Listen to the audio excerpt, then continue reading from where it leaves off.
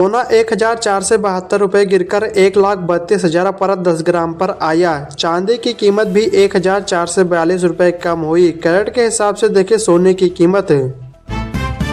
Delhi traffic police ने अपने विशेष अभियान ऑपरेशन चक्रव्यूह के तहत 24,000 से अधिक वाहनों का चालान किया और 144 वाहनों को जब्त किया। अभियान का उद्देश्य ट्रैफिक नियमों के उल्लंघन को रोकना और अनुशासित ड्राइविंग को बढ़ावा देना था। यूपी में कड़ाके की सर्दी के चलते बदायूं डीएम ने 1 से 8 तक के सभी स्कूलों का समय बदल दिया है। बदायूं में अब सुबह 10 बजे से 3 बजे तक कक्षाएं संचालित की जाएंगी। यह आदेश 1 से 8 तक के स्कूलों पर लागू होगा। ग्रेटर नोएडा में गंगा एक्सप्रेसवे को यमुना एक्सप्रेसवे से जोड़ने के लिए 74 किलोमीटर लंबा लिंक एक्सप्रेसवे बनने की प्रक्रिया तेज हो गई है। लिंक एक्सप्रेसवे 56 गांवों की भूमि पर बनेगा, जिनमें गौतम बुद्ध नगर के 8 और बुलंदशहर के 48 गांव हैं। इस पर करीब 4,000 करोड़ रुपए खर्च होंगे। यूपी में कोहरे से 4 हादसे, 31 गाड़ियां टकराई। ताजमहल धुंध में छिपा। 2 शहरों में 5वीं तक के स्कूल बंद। 3 दिन में 100 वाहन भिड़े। सुप्रीम कोर्ट द्वारा पूर्व में जारी आदेश के क्रम में प्रदेश के पारदर्शी विद्यालय में तैनात बीएड योग्यताधारी शिक्षकों को 6 महीने का ब्रिज कोर्स कराने की प्रक्रिया शुरू कर दी गई है। इससे लगभग 33,000 शिक्षकों को बड़ी राहत मिलेगी। चलिए दोस्तों, अगली खबर बताने से पहले इस वीडियो को भी लाइक करें, शेयर करें और चैनल को सब्सक्राइब करके बेल आइकन प्रेस कर लीजिए। वंदे भारत ट्रेनों में अब यात्रियों को परोसे जाएंगे स्थानीय व्यंजन। रेल मंत्री ने अधिकारियों को दिए निर्देश। प्रधानमंत्री नरेंद्र मोदी के 25 दिसंबर के लखनऊ कार्यक्रम के लिए 4 से रोडवेज बसों की ड्यूटी लगाए जाने से आम यात्रियों को परेशानी झेलनी पड़ सकती है। 24 और 25 दिसंबर को कई प्रमुख रूटों पर बसों की कमी के कारण परिवहन व्यवस्था प्रभावित रहने की आशंका है। लखनऊ में गोमती किनारे 7,710 करोड़ की लागत से बन रहा है 57 किलोमीटर लंबा ग्रीन कॉरिडोर। 5 लाख लोगों को होगा सीधा लाभ। भारतीय नागरिकता छोड़ने वालों की संख्या लगातार बढ़ रही है। विदेश मंत्रालय ने सांसद को बताया कि पिछले 5 सालों में करीब 9 लाख भारतीय ने अपनी नागरिकता छोड़ दी है। राम जन्मभूमि तीर्थ क्षेत्र ट्रस्ट ने बताया कि 31 दिसंबर को राम मंदिर की दूसरी वर्षगांठ प्रतिष्ठा द्वादशी के रूप में मनाई जाएगी। इस अवसर पर मंदिर परिसर के 7 उप मंदिरों के शिखरों पर ध्वजा फहराने का कार्यक्रम होगा। रक्षा मंत्री राजनाथ सिंह और मुख्यमंत्री योगी आदित्यनाथ मुख्य अतिथि के रूप में शामिल हो सकते हैं। आगरा लखनऊ एक्सप्रेसवे की मरम्मत और रख रखाव के लिए सरकार ने 1.5 अरब रुपए की धनराशि स्वीकृत की है। यह धनराशि वर्तमान वित्तीय वर्ष के सड़क सुदृढ़ीकरण के लिए मंजूर की गई है।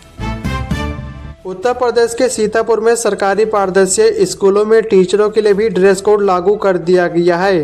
डीएम ने इस बारे में आदेश जारी किया है। कोई भी टीचर अब जींस और टी शर्ट में स्कूल नहीं आएगा। उत्तर प्रदेश में राशन कार्ड से जुड़े सभी काम अब ऑनलाइन किए जा सकेंगे। खाद्य एवं शरद विभाग ने यह सुविधा शुरू की है, जिससे लोग घर बैठे ही राशन कार्ड के लिए आवेदन कर सकेंगे और अन्य संबंधित कार्य कर सकेंगे। सरकार का लक्ष्य कि आवेदनों का नियंत्रण 15 दिनों के भीतर किया जाए, जिससे नागरिकों को समय पर सेवाएं मिल सके। आधार कार्ड से जुड़ा नया नियम आ रहा है। सरकार जल्द ही ऐसा नियम लाने वाली है जिसमें होटल, इवेंट आयोजकों और ऐसे ही जगहों को आधार कार्ड की फिजिकल फोटोकॉपी लेना और अपने पास रखना पूरी तरह बंद करना होगा। अयोध्या में 67 किलोमीटर लंबा रिंग रोड का निर्माण तेजी से हो रहा है। अयोध्या अम्बेडकर नगर हाईवे पर पहला अंडरपास दिखने लगा है, जिससे स्थानीय लोगों में खुशी है। राम मंदिर के निर्माण के बाद अब नई मस्जिद का निर्माण होगा। इसको लेकर तैयारियां शुरू हो गई है। बाबरी मस्जिद के विध्वंस के 33 साल बाद धन्नीपुर गांव में नई मस्जिद परियोजना के लिए संभावित समय सीमा अप्रैल 2026 हो सकती है। आगरा लखनऊ एक्सप्रेसवे पर कोहरे के कारण वाहनों की गति 120 से घटकर 75 किलोमीटर प्रति घंटा कर दी गई है। यूपीडा ने हादसों को रोकने के लिए ड्रोन से निगरानी रखने का फैसला किया है। कोहरे में ज्यादातर हादसे रात 12 बजे से सुबह 8 बजे के बीच होते हैं। 4 पहिया वाहनों के लिए 75 किलोमीटर प्रति घंटा और भारी वाहनों के लिए 80 किलोमीटर प्रति घंटा गति सीमा तय की गई है। टाटा ने फुल चार्ज पर 502 किलोमीटर दौड़ने वाली ई कार को किया सस्ता। पूरे 1,80,000 का मिल रहा है डिस्काउंट। गोरखपुर और देवरिया के बीच राप्ती नदी पर 72 करोड़ रुपए की लागत से पुल का निर्माण शुरू हो गया है। 2 साल में बनने वाले इस पुल से 1.5 लाख लोगों को सुविधा मिलेगी और देवरिया की दूरी 15 किलोमीटर कम हो जाएगी। दिसंबर 2027 तक पुल का काम पूरा होने का लक्ष्य है। रेडमी 15C भारत में लॉन्च, कीमत है 12,499 रुपये से शुरू। बजट स्मार्टफोन में AI फीचर्स के साथ 50 मेगापिक्सल का कैमरा, पावरफुल 6000 mAh की बैटरी और 8 GB रैम मिलेगा। सिगरेट, पान मसाला जैसे प्रोडक्ट पर सरकार अब स्टार टैक्स लगाएगी। स्टार टैक्स से आने वाले पैसे को नेशनल सिक्योरिटी के लिए इस्तेमाल किया जाएगा। यह जानकारी लोकसभा में वित्त मंत्री निर्मला सीतारमण ने दी है। उत्तर और मध्य भारत के कई हिस्सों में तापमान अचानक से तेजी से गिरने की संभावना है। मौसम विभाग के मुताबिक उत्तर प्रदेश, बिहार, राजस्थान, हरियाणा, पंजाब, दिल्ली, NCR, महाराष्ट्र के उत्तरी और पश्चिमी इलाके और मध्य प्रदेश के कुछ हिस्सों में ठंडी हवाओं के चलते शीतलहर की स्थिति बन सकती है। उत्तर प्रदेश सरकार ने राज्य कर्मचारियों को अपनी चल अचल संपत्ति के विवरण मानव संपदा पोर्टल पर 31 जनवरी तक दर्ज करने का निर्देश दिया है। आगरा में बीमा सखी योजना की शुरुआत हो चुकी है। इस योजना के तहत ग्रामीण महिलाओं को रोजगार मिलेगा। पहले बैच में 9 सखियों ने परीक्षा उत्तीर्ण की है। इन सभी को प्रशिक्षण दिया जाएगा।